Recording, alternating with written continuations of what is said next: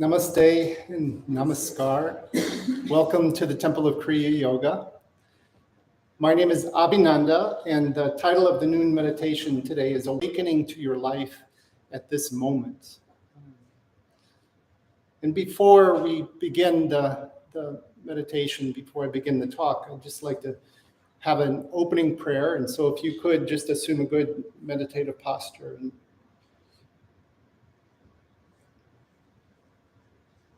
you might even do the double exhalation over the left shoulder, the resurrection breath.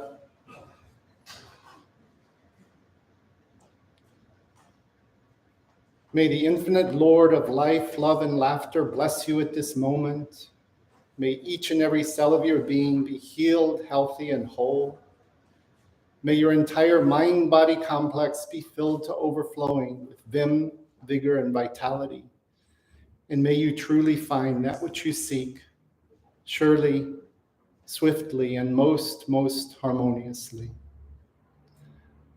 Om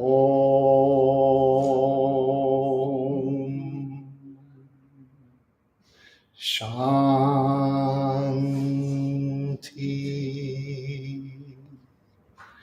Shanti Shanti.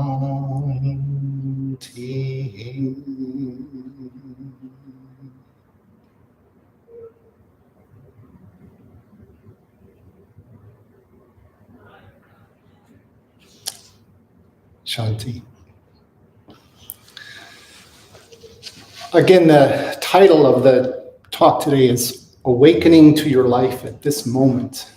And I found this topic, as we got closer to the date, a little challenging because for many, this moment is really very painful.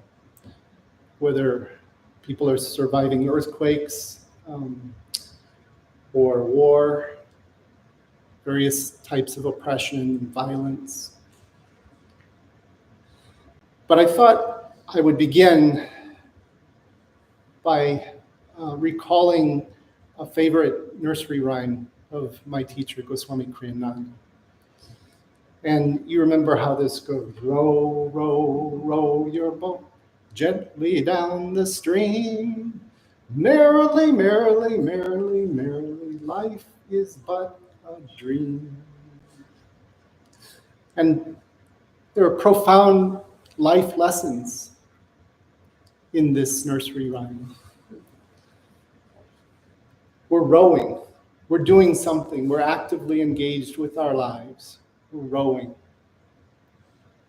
And we're gently going down the stream. We're not fighting the current, we're not trying to go upstream, we're not fighting against life. And we're merry, we're joy-filled, if for no other reason than we're here, as opposed to the alternative.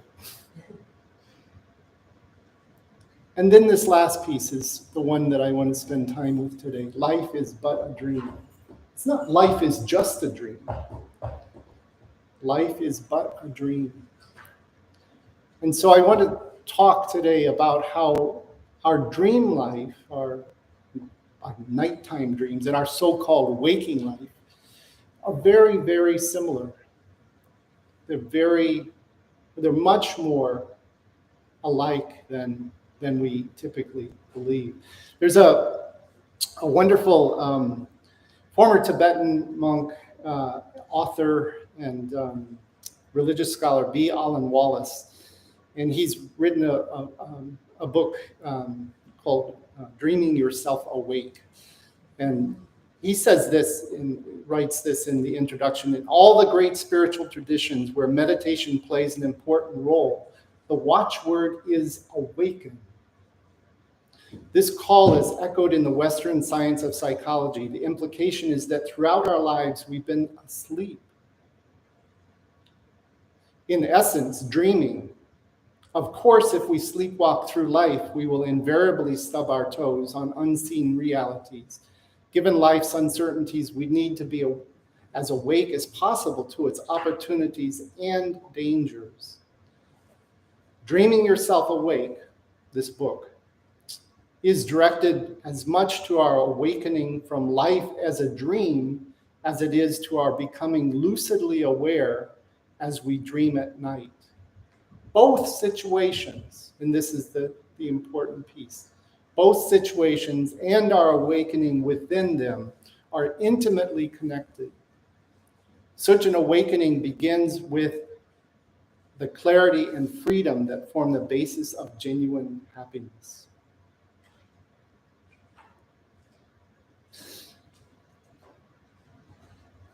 Row, row, row your boat gently down the stream. Merrily, merrily, merrily, merrily. Life is but a dream.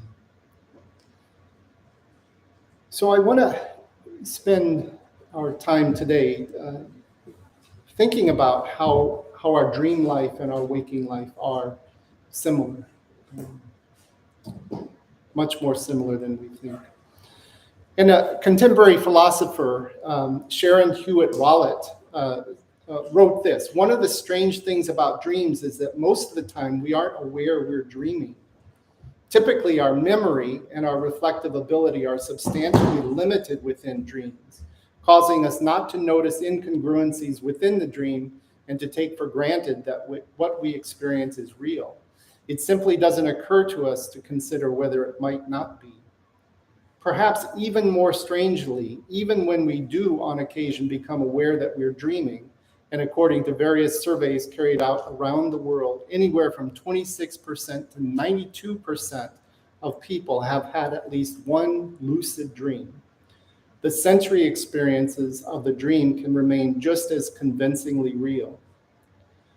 The ability of the dream world to appear real has led many thinkers, including philosopher René Descartes, being the most prominent Western example, to wonder whether the world we experience while awake might itself be a dream.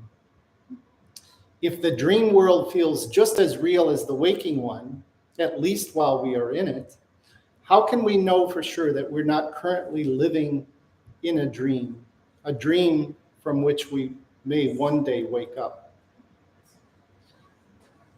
So she makes reference to lucid dreaming. Has everyone experienced a lucid dream? A lucid dream is just defined as being aware in the dream that you are dreaming. And most of us at one time or another have had that experience of being aware in our dream state that this is a dream. And then about the time that we are aware of it, the dream ends. We wake up. Sometimes because it's unpleasant, sometimes because we're just overwhelmed by that realization. You probably are familiar with Deepak Chopra, a physician and spiritual teacher. And this is what he says about dreams. A passing glance at the history of philosophy indicates that the Eastern view of Maya and Plato's image of the cave are declarations that the illusory nature of life has fooled us, with the exception of the few who have waked up and seen the real reality. In Plato's image, everyday life is like watching shadows at play on the walls of a cave, and only those who turn around and see the sun projecting the shadow play know that what is real and where the illusion came from. Reality as given is a phrase used to describe an acceptance that the physical world out there can be trusted. As in everyday life, this trust is workable 99% of the time. But when we are dreaming at night in bed, a dream feels real until we wake up. I've sketched in a peculiarly intriguing mystery that has captivated the human mind in all its expressions: religion, philosophy, art, and science, all fascinated with dreams, and which keeps popping up no matter how much we try to ignore it and pretend that reality as given is good enough. It isn't. Because of the testimony of people who have transcended everyday reality is just as valid as the testimony that insists on everyday reality. Jesus, Buddha, Plato, Shakespeare, Kant, and a batch of famous quantum physicists cannot simply be dismissed. They could be right when 99% of humanity is wrong. Just as a single person, Copernicus was right when the rest of humanity around him thought the sun revolved around the earth.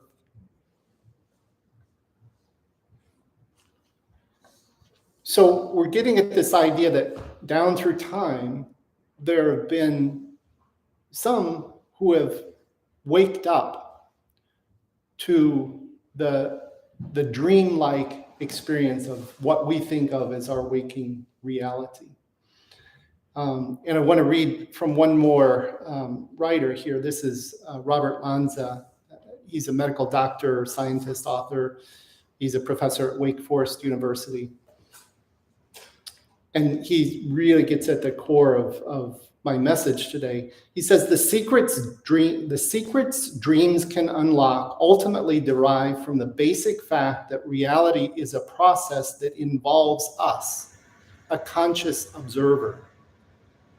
We assume the everyday world is out there in a more real or independent sense than is the world of our dreams, that we play a lesser role in its appearance. Yet recent studies show that day-to-day reality is every bit as observer-dependent as dreams are. Let me say that. Yet recent studies show that day-to-day reality is every bit as observer-dependent as dreams are. Everything we experience is simply a whirl of information occurring in our heads. Indeed, space and time are not actual physical objects, but rather terms that designate the tools our mind uses to assemble information. They're among the most critical keys to consciousness, and they explain why, in experiments with particles and the properties of matter itself, they are always relative to the observer, as opposed to being objective, standalone absolutes. So he's talking about quantum physics. And you know this idea that is it a wave or is it a particle? It's both. And there's a real understanding that there's participant-observer act that's going on in quantum physics. And that's being brought into our understanding of dreams and also our understanding of so-called waking life. That whatever is occurring in our life, as Kriya would say, is a projection. We're projecting. We're constantly projecting. We're constantly creating. Aham Brahmasmi. We're constantly creating this world that we live in that we think is objective and in some sense separate and distinct from us. So Lanza goes on and he says, dreams and everyday reality are the same process.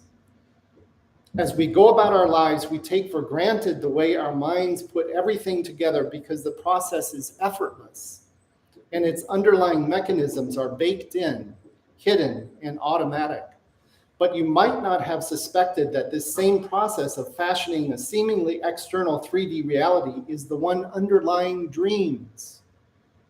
Since the realms of dreams and wakeful perception are usually classified separately, with only one of them regarded as real, they're rarely part of the same discussion, but there are interesting commonalities that give us clues as to how our consciousness operates.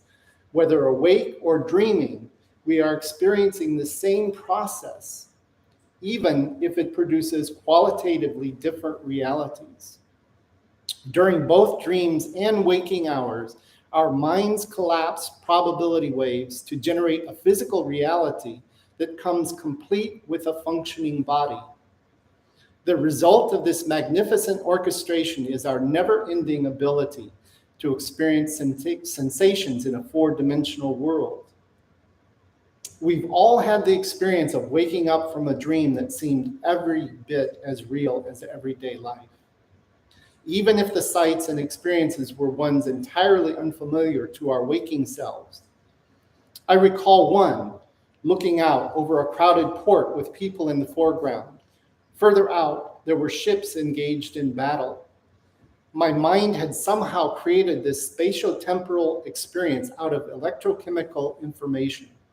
I could even feel the pebbles under my feet merging this 3D world with my inner sensations. Life as we know it is defined by this spatial temporal logic, which traps us in the universe with which we're familiar.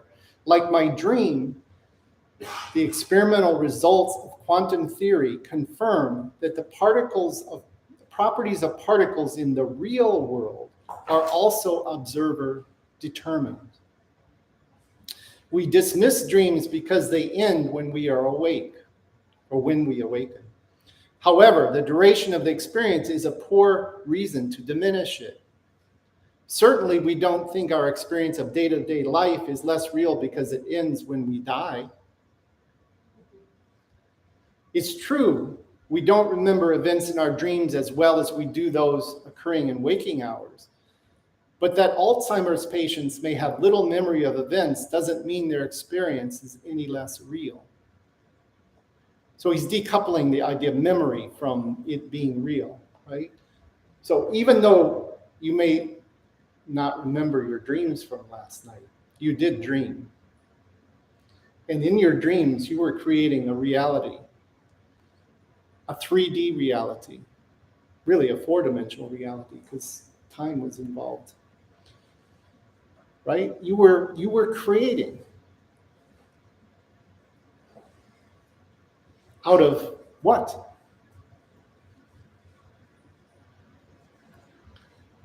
We're constantly doing this. We're constantly projecting. Can you recall the last time you were in love? You fell in love, romantic love. You only have eyes for this other person. And yet the whole world felt like it was filled with love. Right? You can recall that. Can you recall the last time you were filled with anger?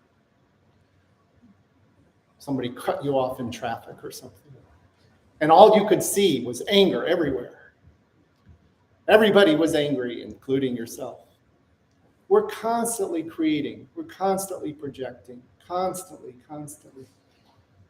In our waking life, our so-called waking life, and in our dream life. I want to return to Deepak Chopra, again, this physician, spiritual teacher. He says, most people are pragmatists and would wonder why this arcane notion of life is a dream makes any difference. It makes a difference because if some individuals have in fact waked up to expose the illusion for what it is, then what they have to say should interest us. We might want to transcend the dream too, because the common testimony given by those who have waked up is very significant. They no longer fear death. They identify with a self that is timeless and unbounded. They stop experiencing extremes of emotion. Their minds aren't riddled with extraneous thoughts, but feel calm, alert, and open.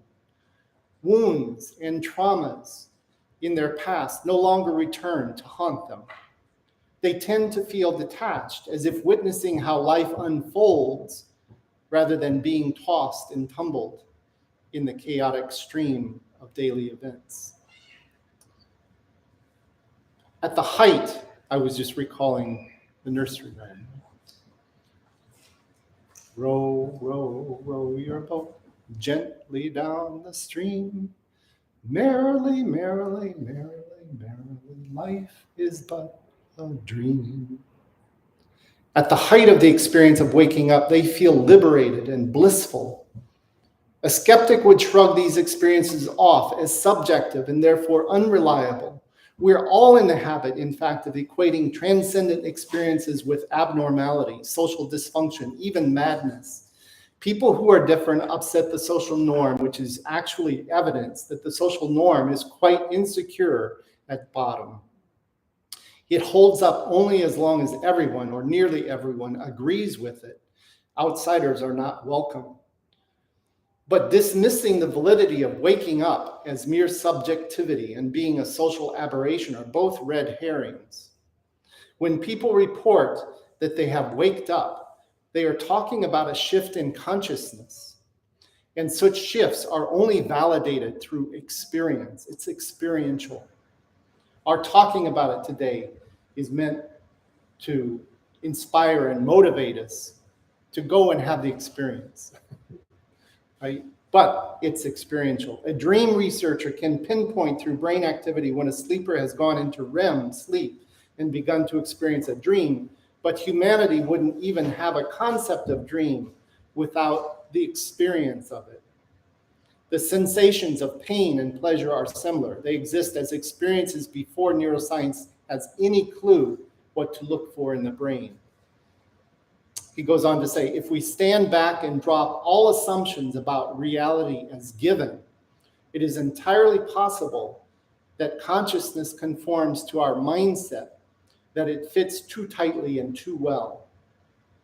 We are so convinced that our commonly accepted belief about a material world is the only valid perspective on reality that we train consciousness to fit our understanding to the only model we believe in. In other words, there's a constant confirmation of biases we want confirmed.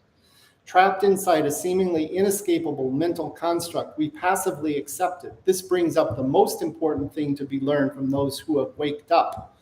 The power to create and dismantle mental constructs is always present. As a birthright, human consciousness possesses the ability to create any kind of virtual reality imaginable. Virtual is the right word because any mental construct is artificial and provisional. The argument for life is a dream arises not from a kind of stubborn refusal to accept reality as given, but from confidence that we are all conscious agents with the capacity to create and then project any version of virtual reality we choose. The trick is to be in touch with your creative source. Otherwise, you fall for your own creation. Let me read that once more because it's very important.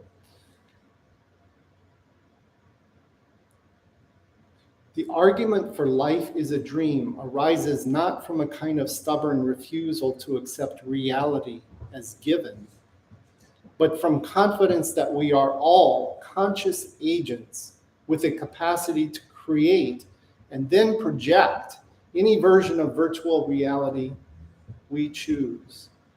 The trick is to be in touch with your creative source. Otherwise, you fall for your own creation. And I recall that my teacher, Swami Abhinanda, and his teacher, Sri Sheliji, would talk about this being either a garden of God or a vale of tears. Which are we projecting?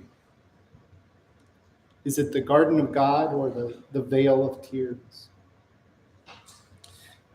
Shelley, Kriyananda's teacher and my Param Guru, often talked of God as the cosmic dreamer. This beautiful language, right? Cosmic dreamer. God is the cosmic dreamer. And we've entered the dream of God to come to understand how to realize balanced self-conscious awareness, which is characterized by unselfish love. So, this dream that we're in, that we think of as our waking reality, I hope you're hearing that there is, as Kriyananda used to say, three factors. There's you, there's the universe that you live in, and there's your relationship to it, your interaction to it, your reaction and your interreaction to it. And we are constantly projecting, is it love or is it hate? Is it violence or is it peace? What is it that we're creating from moment to moment in this life that we think of as waking life?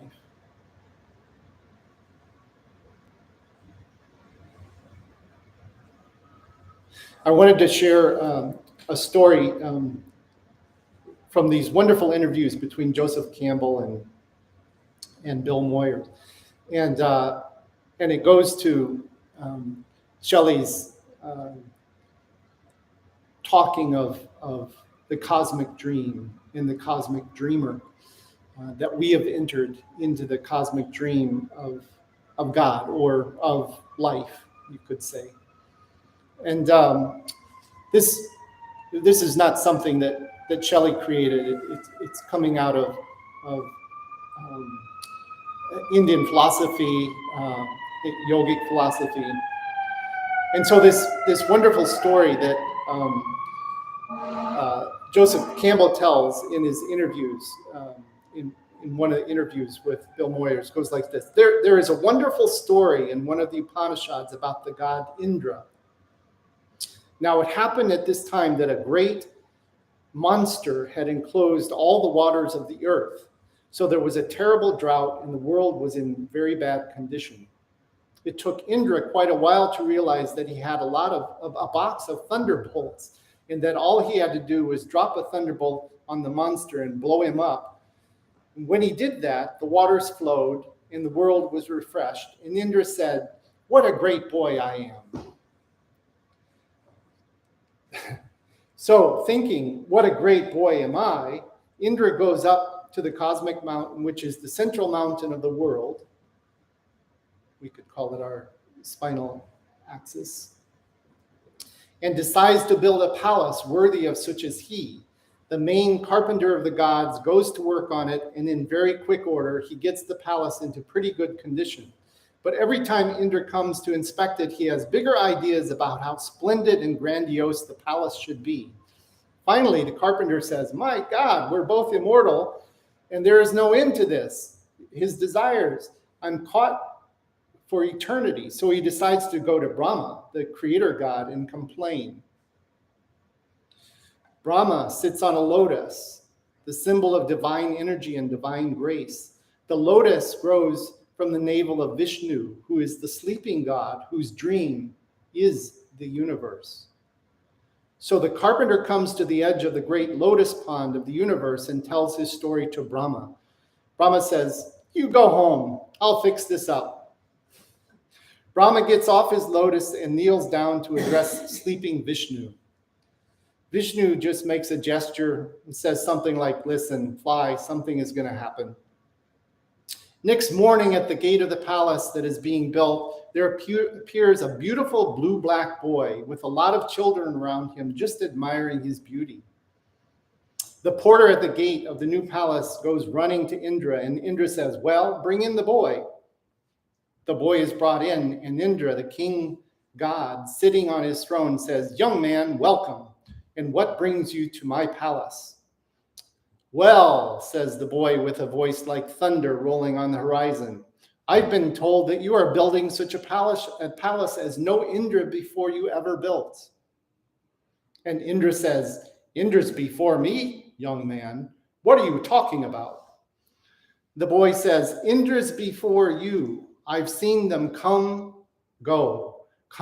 and go. Just think, Vishnu sleeps in the cosmic ocean, and the lotus of the universe grows from his navel. On the lotus sits Brahma, the creator. Brahma opens his eyes, and a world comes into being, governed by an Indra. Brahma closes his eyes, and a world goes out of being.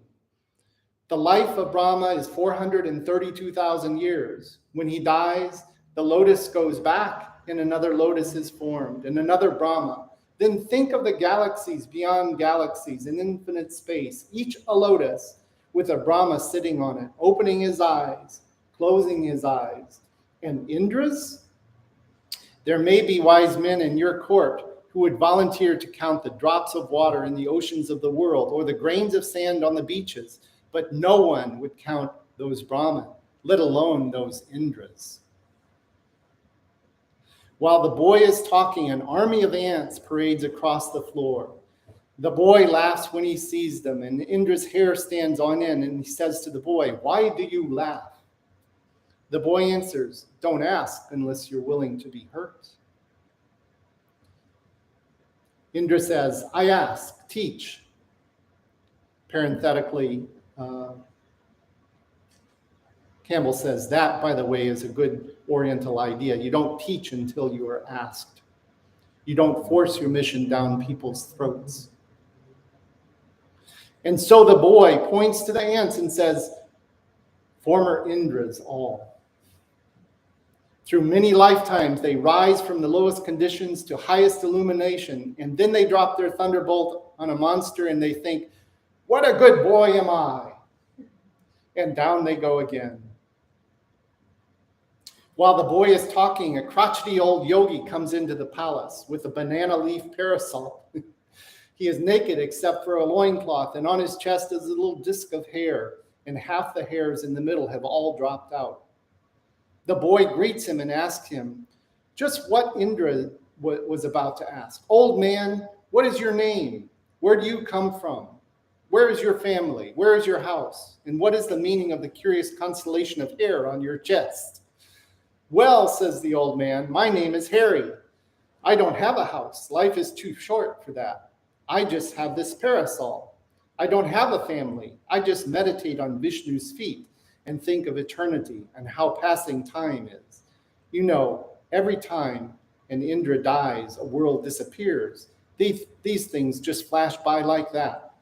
Every time an Indra dies, one hair drops out of the circle on my chest. Half the hairs are gone now. Pretty soon they will all be gone. Life is short. Why build a house? Then the two disappear. The boy was Vishnu, the Lord Protector, and the old yogi was Shiva, the creator and destroyer of the world, who had just come for the instruction of Indra, who is simply a god of history but thinks he is the whole show. Indra is sitting there on the throne and he is completely disillusioned, completely shot. He calls the carpenter and says, I'm quitting the building of this palace. You're dismissed. So the carpenter got his intention. He's dismissed from the job and there's no more house building going on. Indra decides to go out and be a yogi and just meditate on the lotus feet of Vishnu. But he has a beautiful queen named Indrani. And when Indrani hears of Indra's plans, she goes to the priest of the gods and says, now he has got the idea in his head of going out to become a yogi. Well, says the priest, come in with me, darling, and we'll sit down. I'll fix this up. So they sit down before the king's throne, and the priest says, now, I wrote a book for you many years ago on the art of politics. You're in the position of the king of the gods. You are a manifestation of the mystery of Brahma in the field of time. This is a high privilege. Appreciate it, honor it, and deal with life as though you were what you really are. And besides, now I'm going to write you a book on the art of love so that you and your wife will know that in the wonderful mystery of the two that are one, the Brahma is radiantly present also. And with this set of instructions, Indra gives up his idea of going out and becoming a yogi and finds that in life, he can represent the eternal as a symbol, you might say, of the Brahma. So each of us, in a way, the Indra of his own life, you can make a choice, either to throw it all off and go into the forest to meditate, or to stay in the world, both in the life of your job, which is the kingly job of politics and achievement, and in the love life, which with your wife and family. Now, this is a very nice myth, it seems to me, says Joseph Campbell. I think it's a pretty nice myth, too. So we're projecting. We've entered this dream of God, and we are co-creators. We're creating by what we're thinking. And much of that is habitual. It's been formed over lifetimes. How I think is not just the consequence of today or yesterday, but it is where I have influence, how I relate to this moment. Attitude. What is my attitude? Attitude is all. How am I interacting with this world that seems so real and that has been co-created over time?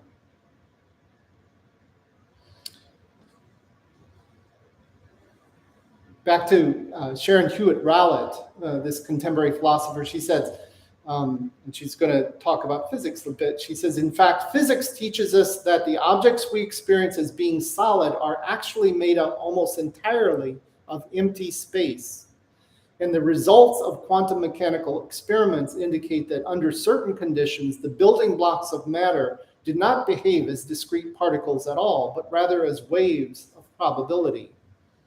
If we nevertheless experience the world as full of enduring solid objects, this is due to the usual way that our senses interact with it and to the way these interactions are represented in consciousness. Here's the important piece. This means that there is, in fact, an important sense in which all of us do constantly live within a dream. That is, within a world created by our own minds. It's just that when we're awake, our minds conform our dreaming to a reliable set of patterns, which we assume to be determined by a reality that exists independently of our experience of it, though we have no way of knowing that reality except through the complex ways in which it affects our dream. This means that there is, in fact, an important sense in which all of us do constantly live within a dream, within a world created by our own minds. Constantly projecting, constantly creating. Aham Brahmasmi.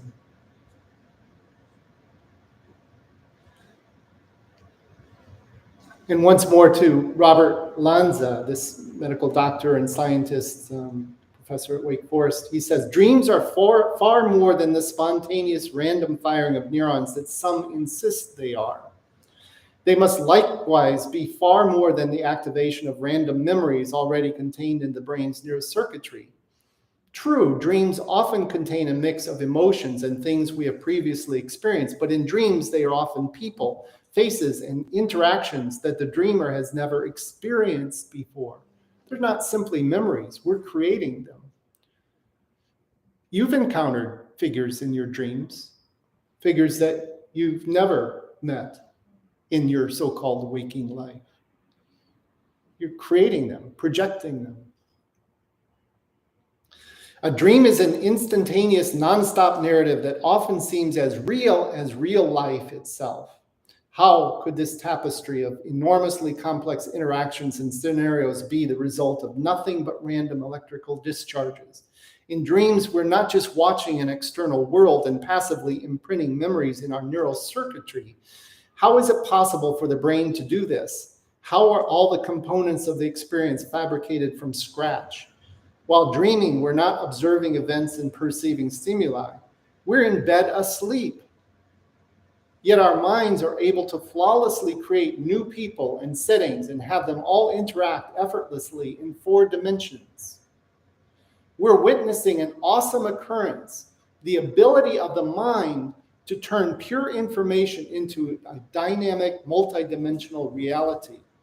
You're actually creating space and time, not just operating within it like a character in a video game. You're actually creating space and time in your dreams, right? There's a time element. There's a spatial element. I know of a friend who often dreams of being in a large building with many rooms. It's a recurring dream, being in a large building with many rooms. Space, right? We're creating that as we dream. While it's easier to appreciate the astounding nature of this process when it comes to dreams, it's the same process that applies to our non-dream lives. According to biocentrism, we're always not just observing, but creating reality. And as in real life, in dreams, the collapse of probability waves is a critical component of the multidimensional realities the mind creates. We collapse probability waves in our dreams just as we do when we are awake. During dreams, however, the brain has fewer limitations since it needn't obey sensory inputs that themselves are limited by physical laws, and thus the mind can generate experiences unlike the consensus world we are aware of during the day. And you've probably had that experience of flying in your dream, of falling, flying and falling, walking through walls.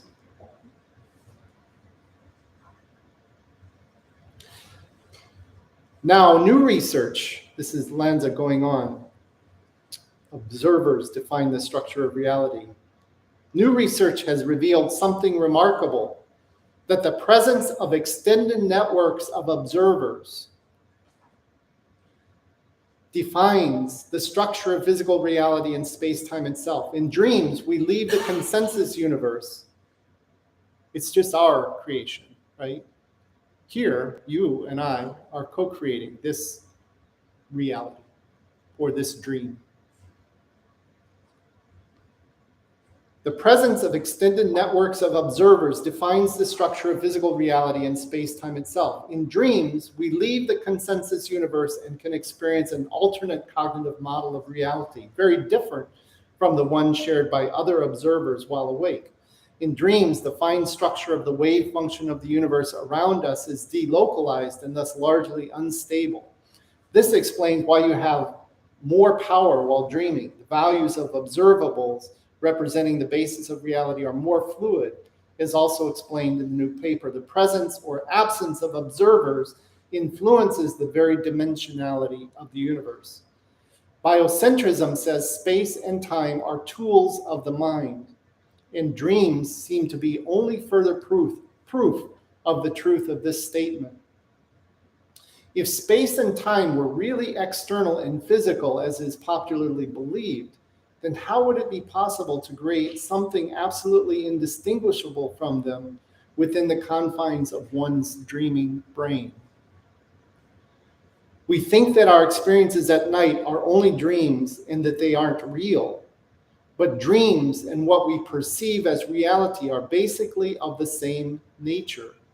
By following the implications of quantum mechanics in an unbiased way, we arrive at the unification of everyday reality and dreams. And persistent puzzles regarding the nature of dreams, reality, and our own lives all fade away. By following the implications of quantum mechanics in an unbiased way, we arrive at the unification of everyday reality and dreams. He's arguing that they're identical. The distinction is that when we go to sleep at night, we're solely creating. There aren't others involved in our creation. But in waking life, we're co-creating.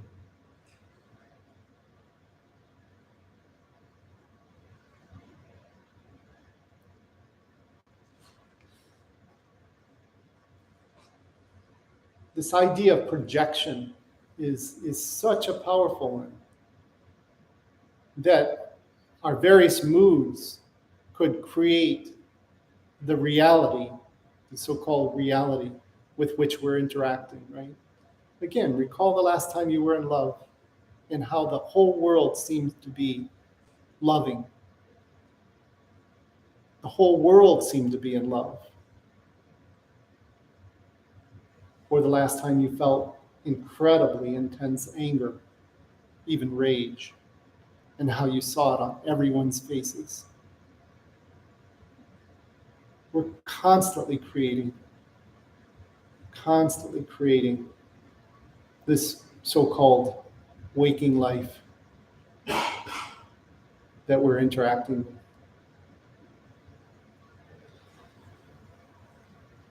One more sharing from these writers, and this is, again, back to the contemporary philosopher Sharon Hewitt Rowlett. She said, but might there be an even deeper sense in which our waking life is a dream? Might there be an even deeper sense in which our waking life is? Just as we often wake from sleep, we realize that what we were experiencing in the sleep state was not nearly as coherent and real as what we experience when awake. Could there possibly come a day when we will emerge from the dream of waking reality to experience a world that is even more coherent and vividly real, a state in which we experience levels of knowledge, memory, and other cognitive function that vastly surpass those we experience in our current lives. Process of waking up, right? The Buddha, one who is waked up. There are many Buddhas. There are many Buddhas on the planet right now. People who have waked up. She goes on to say, in fact, a rather startling number of people report having already had experiences like this. That is, they report having had experiences that appear to them as even more real than those they have in their normal waking state of mind. For example, realer than real is a description often used by those who have had near-death experiences. Those who have used psychedelic drugs, such as DMT, I'd add LSD and some others, psilocybin, and those who by various other means, perhaps intense meditation, have experienced non-ordinary states of consciousness. Many near-death experiencers also report enhanced cognitive function and a sudden increase in knowledge. This perception of enhanced cognitive function and increased knowledge is often dismissed as an illusion by those who are unfamiliar with the scientific literature on near-death experiences. But careful investigation has shown that concrete, verifiable information has been obtained in these states which were not available to the experiencer by way of their five senses. They learned things, they knew of things that they couldn't have known through a waking state. The experience of those who have tasted non-ordinary states of consciousness raises the possibility that the age-old question of whether life is but a dream,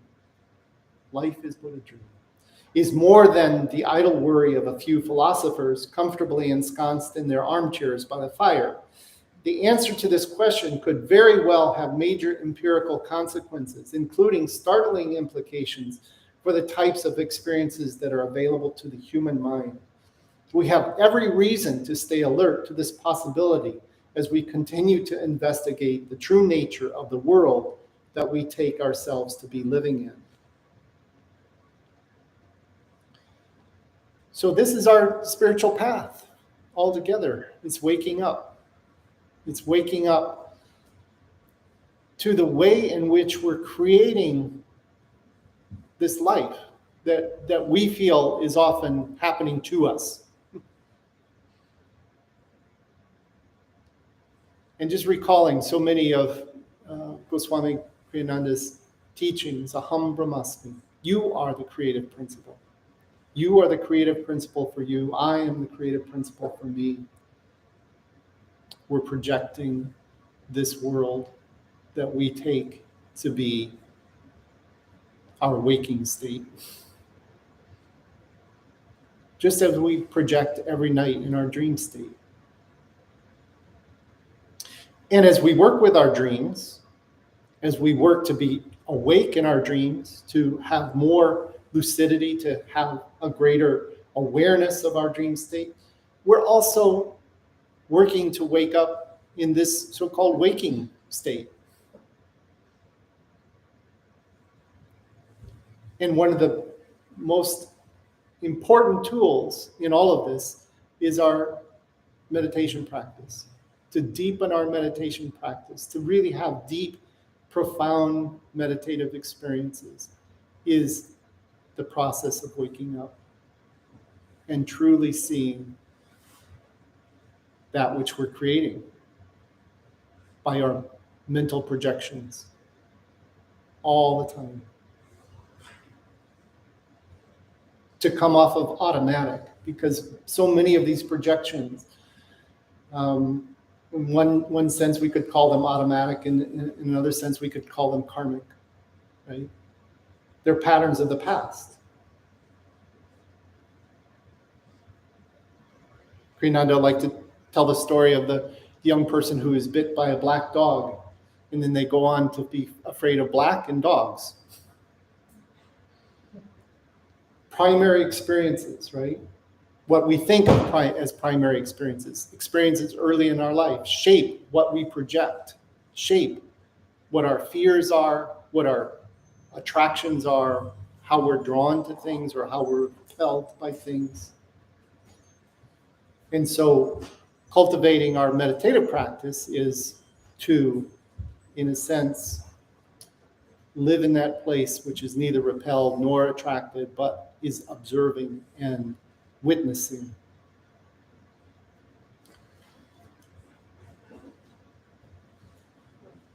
I thought we could end by not our usual chanting of a mantra, but by singing "Row, row, row your boat."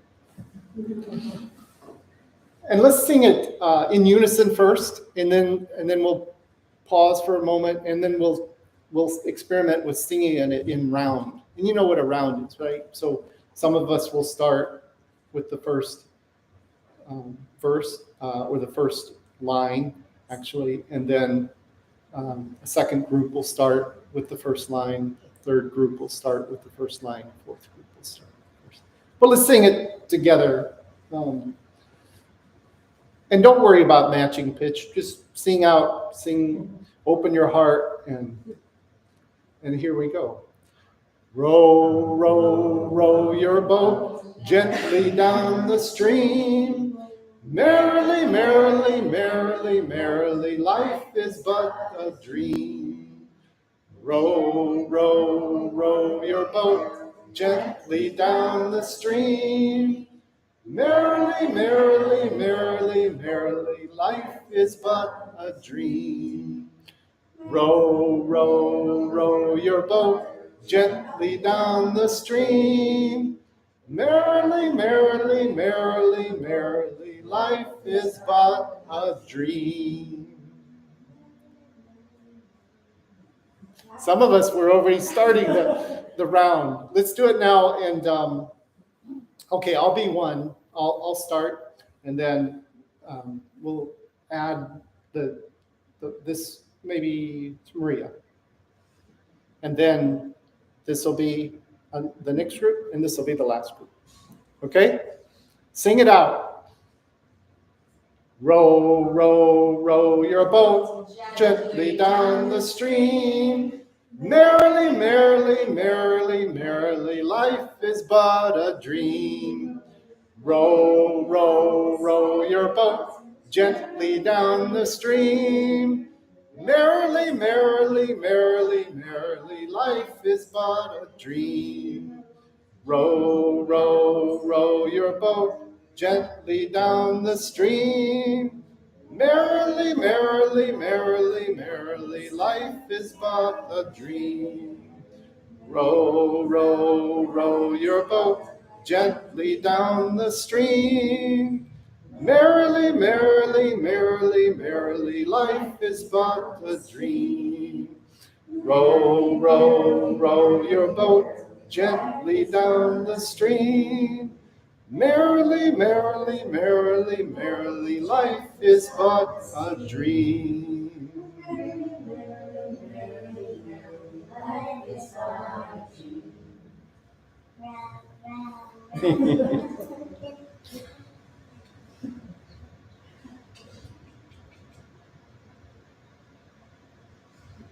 That's beautiful.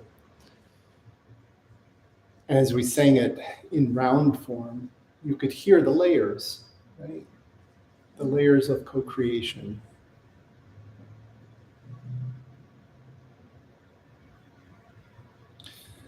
Our journey is to awaken,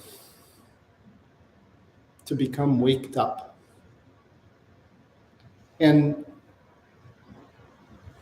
this nursery rhyme tells us how to do it. Not by trying to swim upstream, not trying to fight life. Being active, rowing the boat. We have to row the boat. We can't just let the stream carry us. We have to be engaged with this life. But we don't have to fight life. And we can find joy. as we row down the stream. Why don't we end with the Om Shanti mantra? Just assuming a good meditative posture, and in fact, just a brief closing prayer, and then we'll have the Om Shanti.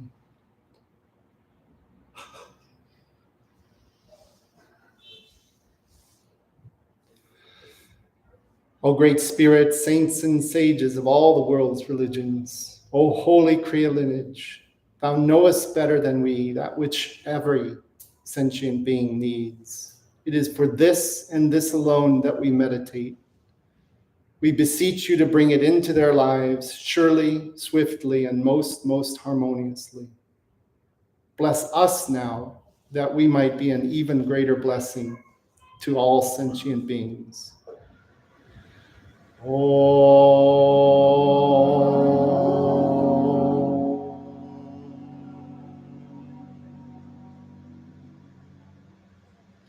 Shanti.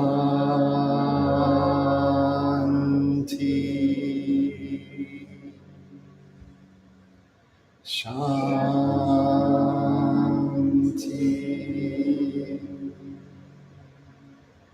Shanti.